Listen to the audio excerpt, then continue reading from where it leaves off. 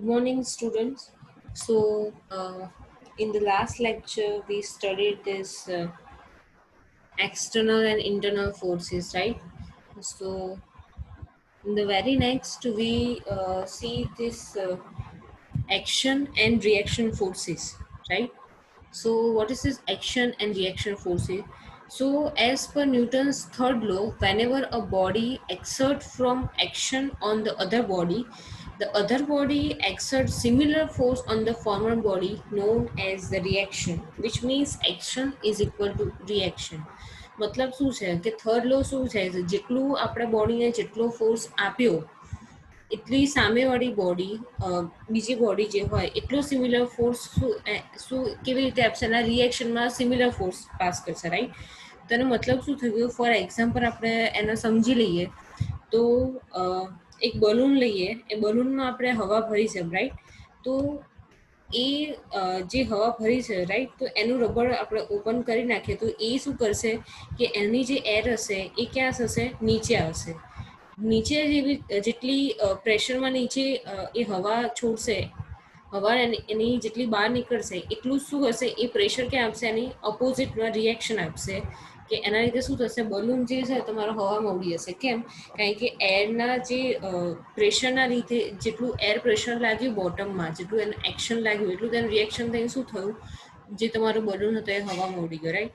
એવી રીતે બીજું એક્ઝામ્પલ લઈ લઈએ તો એક નદીમાં એક હોડી છે રાઈટ. તો એક એક માણસ જે છે એ હોડીમાંથી બહાર આવવા માટે કંઈક એક્શન હશે તો એની સામે શું આવશે એનું રિએક્શન. તમે જેમ કૂદીને જે હોડીમાંથી બહાર આવશો રાઈટ તો એનું શું થશે તમે જેટલી ફોર્સથી કિનારા પર આવ્યા એટલા જ ફોર્સથી શું થશે હોડી પાછી ધકેલાશે રાઈટ. તો આ મતલબ શું થઈ ગયું કે જેટલું એક્શન આપ્યું એટલું સામે એનું શું આવ્યું રિએક્શન સિમિલર ફોર્સમાં. નેક્સ્ટ છે frictional forces right. So frictional forces કોને કહેવાય તો resisting force offer during sliding of a body by the surface in contact is called frictional forces right.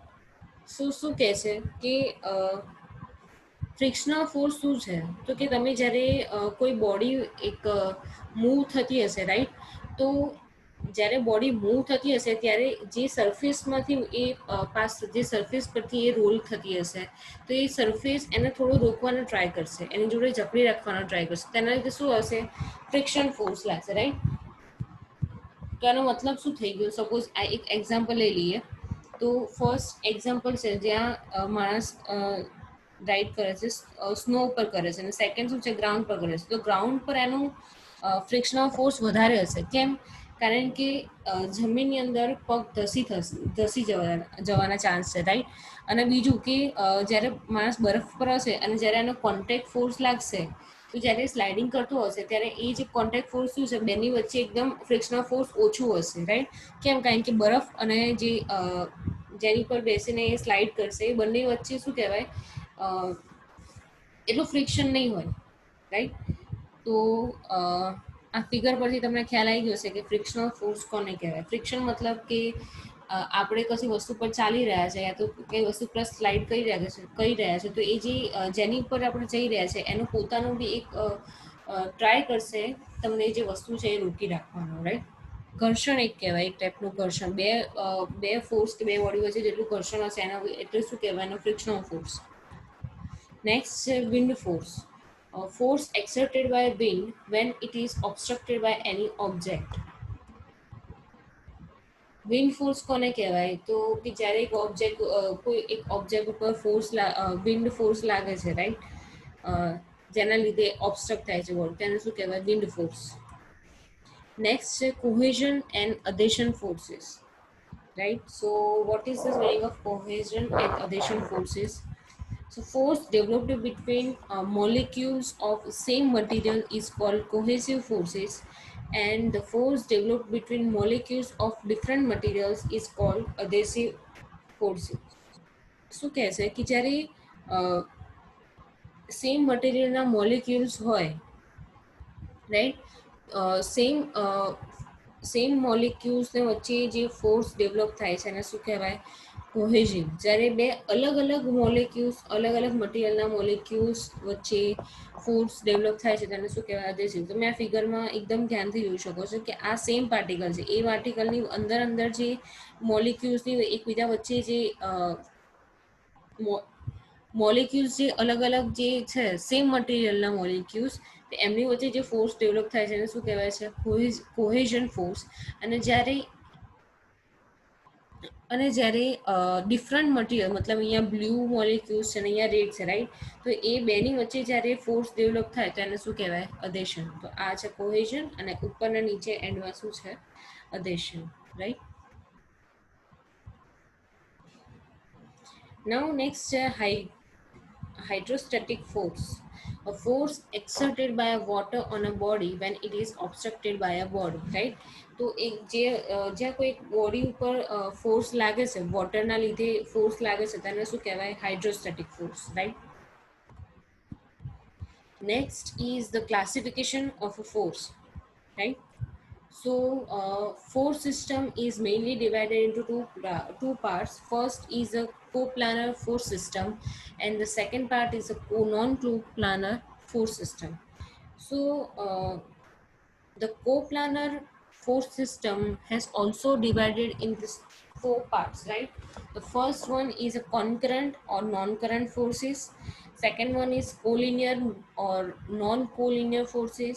The third one is a parallel or non-parallel forces.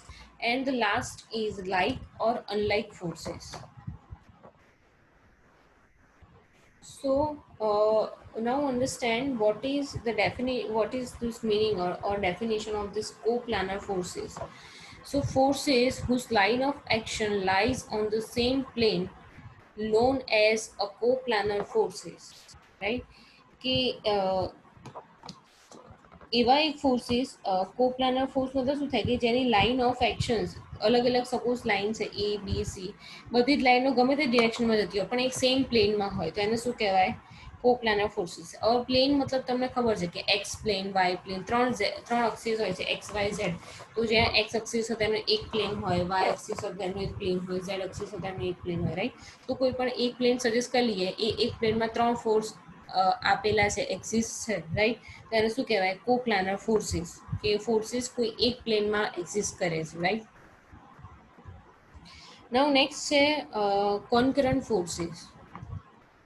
So, the forces which meet at one point are known as concurrent forces. શું કહે છે કે અલગ અલગ forces છે એ કોઈ એક point પર આવીને ભેગા થાય, કોઈ એક પોઈન્ટ પર ઇન્ટરસેક્ટ થાય, તેનો મતલબ શું થાય? એ કેવા ફોર્સિસ છે? કોન્કરન્ટ. તો અહીંયા ફિગરમાં દેખાડ્યું છે કે F1, F2, F3 ત્રણ ફોર્સ છે અને ત્રણેય ફોર્સ એક પોઈન્ટ પર મળે છે, એક પોઈન્ટ પર ઇન્ટરસેક્ટ થાય છે. એ કયો છે? ઓ પોઈન્ટ. તો આ ત્રણેય જે ફોર્સ છે એને કેવા ફોર્સિસ કહેવાય? Concurrent forces. કોનકરન્ટ ફોર્સિસ મતલબ કોઈ અલગ અલગ ફોર્સિસ બધા શું કરશે? એક પોઈન્ટ પર આવીને ભેગા થશે, રાઈટ? તો આ થયા concurrent forces. Now next is the collinear forces. The forces whose line of action lies on the same line are known as collinear forces. શું કહે છે કે કેવા ફોર્સ? તો એવા ફોર્સ કે જેની line of action lies on the same line. એટલે શું કહે છે કે સપોઝ અહીંયા જે પોઈન્ટ છે, બરાબર, આ એક તમને લાઇન પ્રોવાઈડ કરી છે, એક જ લાઇનમાં તમને એક બાજુ આપ્યું છે F1 ફોર્સ, એક બીજી બાજુ આપ્યું છે F2 ફોર્સ. પણ શું છે કે આ F1 અને F2 બંને શું છે કે એક લાઇન ઉપર તમને આપેલા છે, રાઈટ? તો અહીંયા એ જ કહેવા માંગે છે કે line of action lies on the same line is known as collinear forces. મતલબ કોઈ બી ફોર્સ એક જ લાઇન ઉપર આપેલા હોય તેને શું કહેવાય? Collinear forces. Next is a coplanar concurrent forces. The forces which meet at one point and lines of action also lies on the same plane are known as a coplanar concurrent forces. હવે આપણે થોડું આ જે coplanar કોન્કરન્ટ forces છે આમ થોડા છૂટું પડે. તો ફર્સ્ટ શું છે? કોપ્લાનર અને સેકન્ડ છે કોન્કરન્ટ. તો કોપ્લાનર આપણે ફર્સ્ટ ડેફિનેશનમાં ભણી ગયા. કોપ્લાનર મતલબ શું? કે ગમે તે ફોર્સ જે હોય એ શેમાં એક્ઝિસ્ટ કરે? પ્લાનર મતલબ કે કોઈ એક પ્લેનમાં, રાઈટ? કોપ્લેનર એવી રીતે તમે પ્રોનાઉન્સ કરો તો તમને ખ્યાલ આવે કે કોઈ એક પ્લેનમાં ફોર્સિસ રેઝિસ્ટ કે એક્ઝિસ્ટ કરે, રાઈટ? તો એને શું કહેવાય? Coplanar force. અને કોન્કરન્ટ કોને કહેવાય? તો કે કોન્કરન્ટનો મતલબ કે કોઈ બી જેટલા બી ફોર્સીસ હોય બધા શું કહેવાય, એક પોઈન્ટ પર આવીને મળે અને કોન્કરન્ટ કહેવાય. તો આ બંનેનું તમે આ બંને જે વર્ડ્સ છે બંનેનું સમેશન કરો, રાઈટ, બંને ડેફિનેશનનું મર્જ કરો તો શું થાય કે તમારો ફોર્સ કેવો હોવો જોઈએ, તો કે એક પ્લેનમાં હોવો જોઈએ અને બીજું કે કેવું હોવું જોઈએ, કોન્કરન્ટ હોય છે. એક પ્લેનમાં તો હોવું જોઈએ પણ કેવું હોય કે એના ફોર્સીસ બધા કેવું એક જગ્યાએ મળતા હોવા જોઈએ, રાઈટ. તો આ થયું તમારું કો પ્લાન, કે એમાં શું આપ્યું કે આ એક પ્લેન, આ એક બોક્સ છે, રાઈટ. એ હજુ કર તમે આ એક પ્લેન લઈ લીધું, રાઈટ. અને પ્લેન લઈ લીધું મતલબ આખું એક શું થઈ ગયું, તમારો કો પ્લાનર થઈ ગયું. હવે કોન્કરન્ટનો મતલબ કે ફોર્સીસ તો છે પણ કેવા ફોર્સીસ છે, તો કે બધા એક પોઈન્ટ પર મળે છે, રાઈટ. તો એને કેવું થઈ ગયું આખું ટર્મ શું આપણે આઈડેન્ટિફાઈ થાય, coplanar concurrent forces. Now next is non-coplanar concurrent forces. શું કહેવામાં આવે, forces whose line of action do not lies on the same plane but they meet at one point. શું કહે છે અહીંયા, ફર્સ્ટ ટર્મ છે non coplanar. મતલબ coplanar આપણને ખબર છે કે એક પ્લેનમાં હોય, પણ અહીંયા નોન કીધું તો મતલબ શું થયું, એક પ્લેનમાં નહીં હોય. પણ બીજી બાજુ શું કહે છે કે ના, પણ એ મળતા તો કેવા હોવા જોઈએ, કોન્કરન્ટ મતલબ એક પોઈન્ટ પર મળતા હોવા જોઈએ, રાઈટ. તો એવું કેવી રીતે દેખાશે, તો રાઈટ. તો આપણને અહીંયા આ એક્સ વાય ઝેડ ત્રણ એક્સિસ થઈ ગઈ. આપણને અહીંયા શું કીધું છે કે એક પ્લેનમાં ના મળતા હોવા જોઈએ. તો આપણે એવી રીતે મૂકાઈ શકીએ, ચલો એક F1માં હશે, એક F2માં હશે, એક એક્સ વાયની અંદર F2 ફોર્સ જતો હશે, આમાં F1 જતો હશે ને F3 જતો હશે, રાઈટ. તો એ ત્રણે ત્રણ એક જગ્યાએ તો મળ્યા, એક પોઈન્ટ પર મળ્યા. એ ક્યાં મળ્યા, અહીંયા ઓરિજિન પર મળ્યા, રાઈટ. તો એ ઓરિજિનમાંથી બધા ફોર્સ નીકળે છે, અને મતલબ શું થઈ ગયું કે એક પોઈન્ટમાંથી કોઈ ફોર્સ નીકળતા હોય તેને શું કહેવાય, કોન્કરન્ટ. તો આ કોન્કરન્ટ થઈ ગયા. બીજું કે જોવાનું કે એક પ્લાનમાં ના હોવા જોઈએ, તો આ એક પ્લેનમાં છે, ના નથી. કેમ, કેમ કે આ એક્સ વાય અને ઝેડ ત્રણેયમાં અલગ અલગ પ્લેનમાં જાય છે, રાઈટ. તેનો મતલબ શું કહ્યું, તો મેં આ ફોર્સ કેવો થઈ ગયો, નોન કોપ્લાનર કોન્કરન્ટ ફોર્સીસ, રાઈટ. કશું કરવાનું નથી, કે જે વર્ડિંગ આપેલું છે વર્ડિંગને પકડી રાખવાના છે, રાઈટ. નેક્સ્ટ છે તમારો કોપ્લાનર નોન કોન્કરન્ટ ફોર્સીસ. હવે અહીંયા શું થઈ ગયું, કોપ્લાનરનો મતલબ એક જ પ્લેનમાં, અને કોન્કરન્ટ શું હતું, કોઈ એક જગ્યાએ મળવા જોઈએ. પણ કોન્કરન્ટની આગળ શું લાગી ગયું, નોન. મતલબ શું થઈ ગયું, કોઈ એક પોઈન્ટ પર મળતા હોવા જોઈએ નહીં. અને ડેફિનેશન શું થશે, the forces whose line of action lies on the same plane, because અહીંયા કોપ્લાનર કીધું છે, right. But they do not meet at one point. કેમ, કારણ કે નોન કોન્કરન્ટ કીધું છે, એટલે એક પોઈન્ટ પર મળતા હોવા ના જોઈએ. તો એને કેવા કહેવાય, coplanar non concurrent forces, right. સો અહીંયા જુઓ, તમને આ બોક્સ રિપ્રેઝન્ટ શું કરે છે કે એક પ્લેન આપેલું છે, રાઈટ. પણ હવે દેખાડો કેવી રીતે કે એક પોઈન્ટ પર ના મળતા હોવા જોઈએ. તો સપોઝ એક ફોર્સ અહીંયા જાય છે, એક ફોર્સ અહીંયાથી અહીંયા જાય છે, એક ફોર્સ અહીંયા જાય છે ને એક ફોર્સ અહીંયા જાય છે. તો તમારે નોટિસ કરવાનું છે કે આ ચારેય ફોર્સ શું એક પોઈન્ટ ઉપર મળે છે, ના, નથી મળતા. પણ હા, એ એક પ્લેનમાં તો છે, રાઈટ. તેનો મતલબ શું થઈ ગયું, coplanar non concurrent forces, right. Next છે non coplanar non concurrent forces. શું કહેશે કે એ એક પ્લેનમાં બી ના હોવા જોઈએ, કાં તો એક પોઈન્ટ પર મળતા બી ના હોવા જોઈએ. તેની ડેફિનેશન શું થશે, the forces whose line of action do not lies on the same plane and they do not meet at one point. તો આપણી પાસે એક્સ વાય અને ઝેડ એક્સિસ થઈ ગઈ, આનું ઓરિજિન થઈ ગયું. હવે શું કહેશે કે અલગ અલગ પ્લેનમાં તમારે આપણે એના પ્લેન લઈ લીધા, અલગ અલગ X plane, Y plane, Z plane, right. હવે એને નોન કોન્કરન્ટ છે, મતલબ એક પોઈન્ટ પર નહીં મળતો. ઓબ્વિયસલી એક પોઈન્ટ પર નહીં મળે તો બધા ફોર્સ એક એક તમે પ્લેનમાં મૂકી દો, તો અહીંયા એક F1 F2 F3 થઈ ગયો, રાઈટ. તો આ ઇઝી થઈ ગયું એકદમ, કે ત્રણે અલગ અલગમાં હશે, right. Next is like parallel forces. તો હવે લાઇક પેરેલલ ફોર્સીસ શું છે, તો ડેફિનેશન છે, the force whose line of actions are parallel to each other and all of them act in the same direction. શું કહે છે કે જે લાઇક પેરેલલ ફોર્સ છે કેવા હોવા જોઈએ, તો કે બધા એકબીજાના પેરેલલ હોવા જોઈએ, અને બીજું કે બધા એક જ સેમ ડિરેક્શનમાં લાગતા હોવા જોઈએ. તો અહીંયા ગ્રેવિટેશનલ ફોર્સ લાગશે તો કેવું થશે, બધી જગ્યાએ ડાઉનવર્ડ ડિરેક્શનમાં લાગશે અને બધા એકબીજાથી પેરેલલ હશે. તો આ શું એક્ઝામ્પલ થઈ ગયું, like parallel force, right. Next છે unlike parallel forces. The forces whose line of action are parallel to each other but all of them do not act in the same direction. શું કહે છે કે unlike parallel forceમાં બધા એકબીજાથી parallel તો હશે પણ સેમ ડિરેક્શનમાં હશે નહીં. કેમ, કારણ કે અહીંયા unlike parallel force કીધું છે, એટલે મતલબ પેરેલલ તો છે જ પણ કેવા છે, એકબીજાથી અલગ ડિરેક્શનમાં છે, રાઈટ. એક ડાઉનવર્ડ હશે તો બીજો અપવર્ડ હશે, right. Next is spatial forces. So guys, the force acting in the space are known as spatial forces. The force acting in a space but meeting at one point is known as spatial concurrent forces, right? હવે લોકો સ્પાટિયલ force કોને કહે છે? Suppose આપણે એક એક્ઝામ્પલથી સમજીએ તો કે પેરાસૂટનું એક્ઝામ્પલ છે, રાઈટ? તેમાં શું હોય છે કે ચારે બાજુને ડિરેક્શનમાં ચારે બાજુથી આપણને એ પકડી રાખ્યું માણસ વચ્ચે હશે પણ એની પર જે પેરાસૂટ હશે એ બધા પેરાસૂટને શું કનેક્ટ કરેલા હશે અલગ અલગ થ્રેડ્સ વડે. તો એને શું કહેવાય કે બધા જે સ્પેસમાં જે જેટલા બી ફોર્સીસ છે બધા શું કરીને આવીને મળશે કોઈ એક પોઈન્ટ પર, કોઈ કોન્કરન્ટ ફોર્સ પર, રાઈટ? તો એને શું કહેવાય? સ્પાટિયલ કોન્કરન્ટ ફોર્સ, અદરવાઇઝ સ્પાટિયલ ફોર્સ, રાઈટ? કે force acting in a space but meeting at one point is known as spatial force, right? Now next છે resolve forces. હવે રિઝોલ્વનો મતલબ શું થાય? તો રિઝોલ્વનો મતલબ કે અહીંયા ડેફિનેશન આપી છે, splitting of forces into there components unit is called resolution of forces and this is the reverse process which consist of expressing a single force in the term of their components.